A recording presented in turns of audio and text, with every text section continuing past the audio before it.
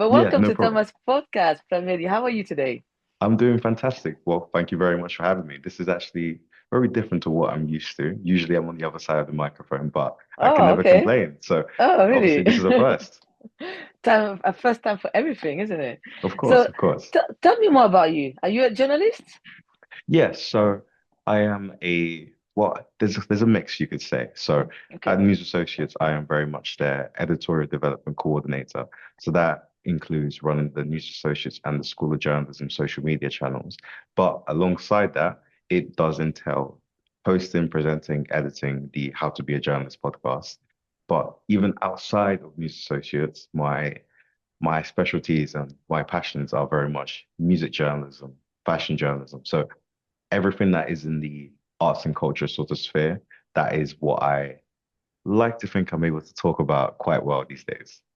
That's amazing. So, how did this passion of journalism and culture started for you? Yeah, so I first got into journalism back in 2020. I was in my first year of university and I was doing a pharmacy degree. That just never really sat well with me. It just wasn't necessarily something that I wanted to get into for my career. And the prospect of doing it for the next 40 years, just it was not viable for me. And I mean, there was one big thing. Like, I don't like chemistry. I hate chemistry and I wanted to be a pharmacist. It make it make sense. It just wasn't Yeah. happening.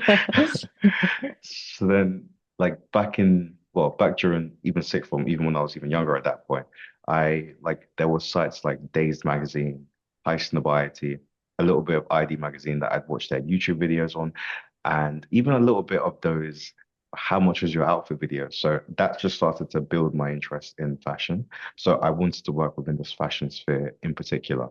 So then when I was at Kingston, I made a lot of friends there. I didn't necessarily want to move because I felt like I was quite comfortable there. So I was like, okay, what courses do they have? So I saw that they had a journalism course that had a fashion module and it had an arts and culture module. And Kingston was pretty good for what I was looking for at the time. So I thought, okay, let me see what it's going to take for me to make that, well, to change courses for my second year.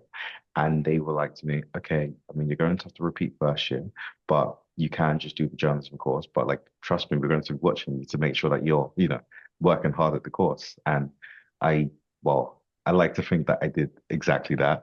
And Yeah, yeah. as time progressed, I started picking up shifts here and there for Mixtape Madness and Nine Bills. So that started my introduction to music journalism for the most part, and that just put me in different spaces that I'd never been there before. So like I was seeing artists like Unknown T and then Love Islanders, and I'm at these events, and at that time Oh. I was like 19, 20 years old, just like, well, I'm just happy to be here at this point. So then at that point, I just started just honing my craft, doing it more and more and more. And then next thing you know, I finished university as head of my student publication and saw a job role at New Associates. Thought, why not put my hat in the ring for it? And let me see if there's going to be some sort of something new that I can bring to the role that we haven't necessarily done so before. So I got into my interview where my current boss Lucy and one of my other bosses James Tony basically asked me, what ideas do you have to bring to this role? And I thought, podcasts, that'd be cool. Podcasts. And generally, it was a spur of the moment sort of idea as well. I had like it was something that I thought that could work quite well because obviously podcasts were on the rise. But I did think Mm. it kind of just makes sense. I could interview new associates graduates, maybe even trainees at the same time, and just start a podcast series just talking to them about their careers. And then it can become like a good source of information for young people to say, okay, I want to be a sports journalist. I'm going to listen to this sports journalism episode with Richard Amofa, who at the time worked for The Athletic, or let's say, for example, a young black journalist that wants to work in sport, work in football for a place like Sky Sports News, but I want to have like that sort of angle on diversity. Then you listen to the episode with Chris Reedy and you'll get that sort of experience as well. So long-winded answer, I very much do understand, but there are so many different moving parts to this journalism career that I've found myself in. And so far, so good. Yeah, I mean that's amazing. I love your journey. Like you tried something, it didn't really work out, and then you thought, you know what, I see myself somewhere else, something that I really enjoy to go every day. So, how long have you been in working for News as Associate then? So it's been 1 year and 7 months as of Is right that now. is that it? Yeah, not too The long. way I don't know, I feel like you've been there forever. Like the way when I met you, you were so at home. Like I don't know, I feel like you've been here for years, Yeah, for like no, 2, 3 years. no. At this point, I'm a part of the furniture, but like, yeah, it's a place that I'm comfortable being at. So I was able to catch on to things relatively quickly, and now I'm just like, it's a good place to be at. Yeah, so you do you help people that are training to be journalists there, or do you or you just do podcasts? You just ask them about how they're getting on. Yeah. So for me in particular, I help out with things, well, social media and a little bit of podcasting. So let's say, for example, there's a training that is working on a story for our in-house Londoners publications. They'll come to me like, oh, like I've got this TikTok idea that I'm trying to make, but I don't necessarily know how to do it. Then I would Mm. just take a seat with them and just take them through the process. I think CapCut and TikTok at this point, but I am one of those people that is chronically online. So like I post to my own TikTok accounts quite regularly as well and have made hundreds of like videos at this point. So being able to help people do exactly the same sort of thing because any issue that they come to me with, for the most part, I've had it before and Oh. I've had it, I've very much been there. So I'm like just very much happy enough to take the time and help them out with it. And then at the same time as well, I do have some trainees come and working on me with the podcast. So I basically take them through my editing process, take them through Premiere Pro, take them through start till finish to the point where they are able to edit full podcast episodes themselves and they'll get credit. And it helps me as much as it helps them. Mm. But I'd like to know, how do you manage to fit everything in? Because you work at News Associates full Yeah. time, and Yeah. at the side, you also do other stuff. So how do you manage to do it all? What's the secret? I mean, if there was a secret, that's something that I'm trying to work out myself. But I'd say it's just kind of like I believe that my reality is what I make of it.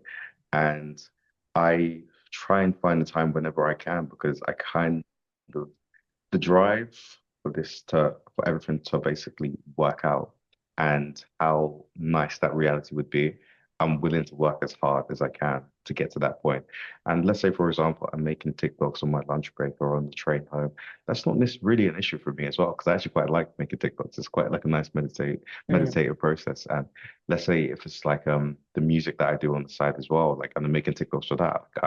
I'm not going to complain about that because I guess I'm just listening to my own music just on repeat. I can't complain about that at all.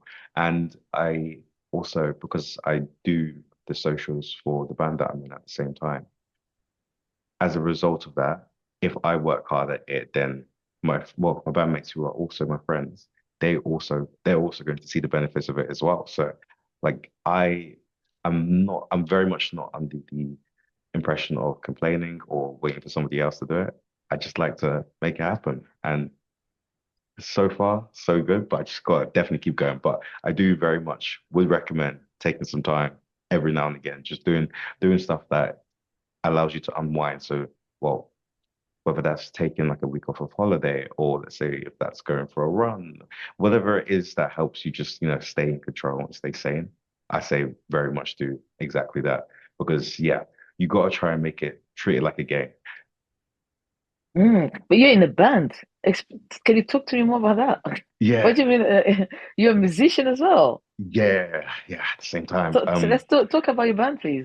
yeah, What's it called? So the band is called Route 11, and we Route started, 11. yeah, so Route 1, like Route Ah, 11. okay. Route 11. Okay. Yeah, started back in 2021, and it was so three of my friends did the music technology course at Kingston University. So one was a producer, the other was a rapper, the other was a singer. And basically, there was one day, like I like just chilling with them while they were like making music for uni and stuff. So I went back. I was at one of my friend's house, like it was late in the evening, and he was like, "Oh, like okay, I've got this song that I'm making right now. Yeah, Plam, do you do you rap or anything like that, or do you sing? And I was like, nah, not really. I've never really done it before. Like I mean, it seems cool. And he was like, bro, that voice that you've got, like just naturally, like we will take you through the process of how to flow. But if you just use that voice, you're exactly what we're looking for. So there was a lot of trial and error Mm. to the point where we finally got myself. I finally started to pick up on the flows, pick up on the rhythm, and then we're like, okay, plan's good now. All right, let's see if there's anybody else that we can kick about. So we grab another one of our friends who's a little more, he's a fantastic singer. So then we essentially made this song called Block 27, which was about our first year university experience. That song, it took a while for it to really pick up momentum, but the thing that really made the band well comes almost like explode bit. Now it's on about 40,000 streams on Spotify, and Oh, wow. and the reason why that happens because one of the bandmates, he's a guy called Addy, but he goes by Best One. He's one of those like life of the party characters, just Mm. larger than life personalities. And he, well, just for being himself, got invited onto a Beta Squad video with Stormzy. And Oh, that's why. Good. so then he sang the song on the Beta Squad video. Everybody found him so funny and was like, "Oh my gosh, he's an actual rapper." The video's Guess the Rapper, if anybody's aware. And then it just blew up from that point onwards. And Mm. we've been it's been very much show after show from that point onwards. But whenever I get the time to write some lyrics or go to a show, do anything of the sorts, I will make the time to do it because performing is so fun, so fun. Wow. Look at you. You're multi-talented. Not so many layers into you. Like when I first met you, I know somehow, I don't know how, but I know I met you maybe in one of the Becomes events. Yeah. How did you get into Becomes? So the reason why I was there at the BComs event, it was at Nike HQ, right? I know Leon. Yeah, I don't yeah, yeah, know. yeah. Yeah. Yeah. Um, so I basically got sent there as a representative of News Associates. So I honestly I was aware of BComs and I basically did some of the work on the BComs masterclasses that we've done at News Associates. But then as time progressed, Lucy, my boss, was like, okay, we need someone to go to this event. Do you want to go? Because I reckon you'll quite enjoy it. So I headed on down and had an extremely good time. That was my first time, and I just started speaking to everybody, speaking to Mm. some people who are grads, some people who are just nice to have conversation with. So now on that point, I'm like pretty cool with BComs, and like whenever I get the chance to go to any of their events, I will very much want to do so because I do think diversity in the media is such an important thing that we need. And progress is being made, of course, but at the same time, maybe a little bit quicker. And there's been so many lessons that I've learned, even from like the podcast as well. There's a quote from Jordan Jarrett Bryan that said, diversity in media in the way that we want it to become. So, like taking over the mainstream isn't necessarily what we should be looking for. Making our own lanes is probably a way better use of our time. So, like, whether that means starting like a publication like Copper 90, maybe 10 years ago, wouldn't have been any sort of competition for Sky Sports News. But now, look, things have Mm. completely changed. Even Miles Addy with the Content Club, like he's at Yeah. this point, he's working with the Bleacher Reports of the world. He started it himself off the back of himself. Like if you have a camera, if you've got a microphone, why not just get it started? Just get it done. Yeah, exactly. Absolutely. I love that. And I was gonna say, what is it like to work for Lucy? She seemed very nice. Oh yeah, no, yeah, like like Lucy, she's obviously my boss, but she's like what extremely supportive of everything that I do, and Mm. has essentially facilitated me creating the podcast in the first place. Like she took a chance on a 21-year-old boy who was straight out of university and gave him all of this control, and it just allowed me to grow as a person and as a professional and into this industry. So I can't be any more thankful. Yeah, I've got to say, first time I met her, I was really scared. I mean, I don't know. I feel like, in an email, she sounds so. like formal, but when you meet her, she's actually quite sweet. But I Yeah, have no, to of say that course. test, oh my goodness. Anyway, so what advice would you have for people that would like to go into journalism? What's your main advice? My main piece of advice is, and I know for a fact it's going to sound a little bit of a cliche, but I'd say just get started. A lot of the skills that I have as a journalist have I've like grabbed them from places that weren't necessarily in my university lectures. So let's say, for example, like learning to multi-camera edit for the podcast so I can have two cameras and just flip between the two. I learned that because one of my friends was a filmmaker. He did filmmaking at university, and I was working with him on his graduate film for the end of the year. And he showed me like the entire process of, because I asked him, I was like, how do you use two cameras and flip between the two of them and sync everything up in Premiere Pro? I haven't got a clue how to do it. And he was like, okay, no problem. He took me through the entire process. I never knew that was going to become handy and something that I'd use so often in my job, but now I use it so often. Or even let's say, for example, Photoshop. I only learned how to use Photoshop because one of my friends was a graphic designer and he was making some posters for the band. So I asked him, oh, how did you go about like making that poster? How did you end up making that vector? How do you use Photoshop? Are there any shortcuts that might be handy for me to know? How do I cut out a person from a photo and use it in my graphic and make it look cool? That's another skill that I learned, not from like necessarily lectures or anything like that, but I learned that just from my own experience, or even being on a podcast right now, or doing Journo Fest, like having the confidence to be able to speak and well, just say whatever's on my mind.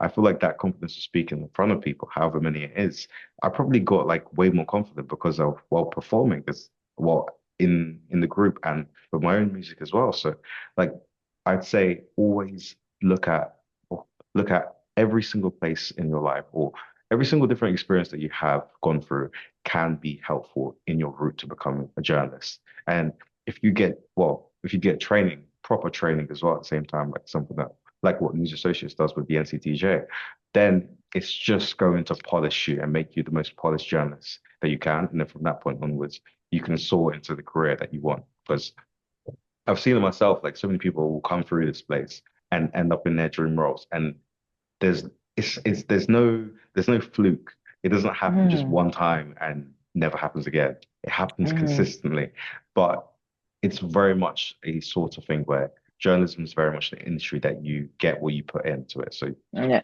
yeah, you've got to work pretty hard, but at the same time, do not burn yourself out.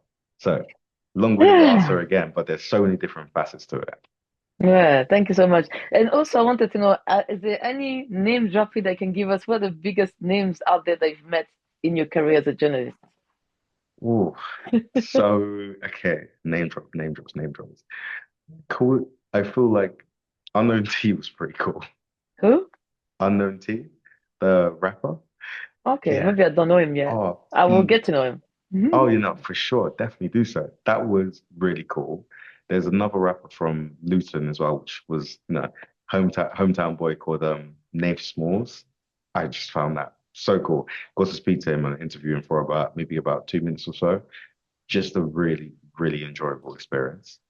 And then another one, which is I only some people, this is going to be a niche name, but there was a TV show that I used to watch when I was a kid called 4 O'Clock Club.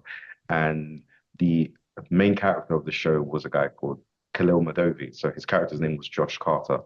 And I met him at an event just completely, just it was a complete shock. I was not expecting to meet somebody like that, and somebody that I've been watching since I was like 11 years old. But like in terms of all the different types of people that I have met, that is definitely one that will stick with me, and that I found to be maybe cooler than the rest because of how long I've known of him and what an inspiration in my life he's been. Oh, that's cool. That's not that you meet people that you look up to and stuff. That's amazing. Yeah. So, what do you see your life in let's say 5 years, the next 5 years? What do you see yourself? Ooh, in 5 years' time, I reckon it's going to be a combination of, let's say, podcasting still podcasting. I actually really do enjoy this medium. It's just, I feel like it's something that even my mom says, this it comes natural to you. It comes natural to you. That's what mum would say. Um, I'd still like to think that I'm still making music, going from strength to strength, of course. And maybe a little bit of at the same time, maybe dabbling in radio a little bit as well. Like I feel like my music knowledge at this point is pretty deep. I feel like I've got the license to speak on music quite well. So like if I had like a radio station where I was just playing songs that I like and also interviewing up and coming artists as well, like that, I very, very much I do see that. I do envision that for my future as well. So it's going to be a melange, so like a blend, you could say. French. Yeah, you're a Yeah, French speaker, right? yeah, yeah, of Yeah. course. Tu speak Yeah. French to me? On parle français? Oui, je parle français, mais c'est pas trop fort maintenant. Listen, I want to say you're amazing. I love that. You're a young person and you are inspiring a lot of people. And I like that you're so welcoming with trainee journalists, so helpful, so in hands. I think people need that because when I was at uni, I had help, but that level of support that you offer, like that's there, that's just amazing. So thank you on behalf of everyone that's gonna do what I'm gonna do next year. So well done and Yeah, thank you. no And problem at all. yeah, so one last word on your long career. So, what's the main highlights for you, if you have to pick one?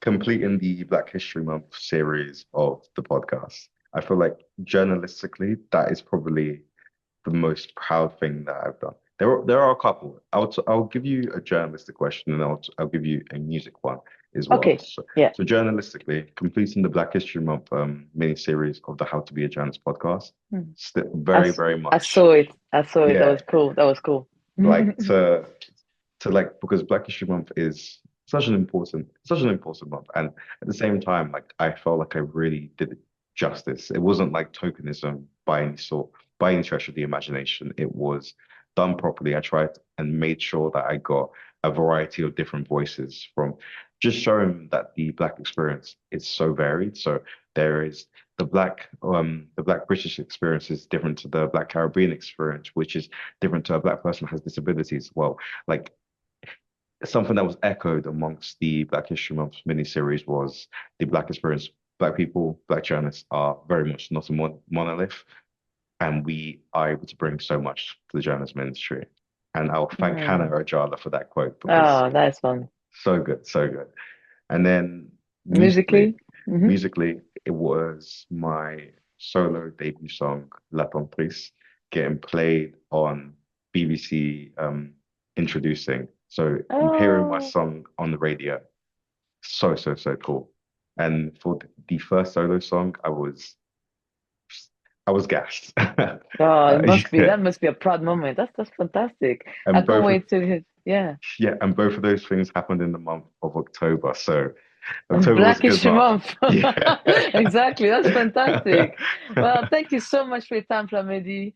And well, I'm gonna see you soon anyway. When I'm I'll gonna see you start, soon. I'll see you all the time. So I'm Yeah. happy for that, and I can't wait to learn from the best. I really can't wait.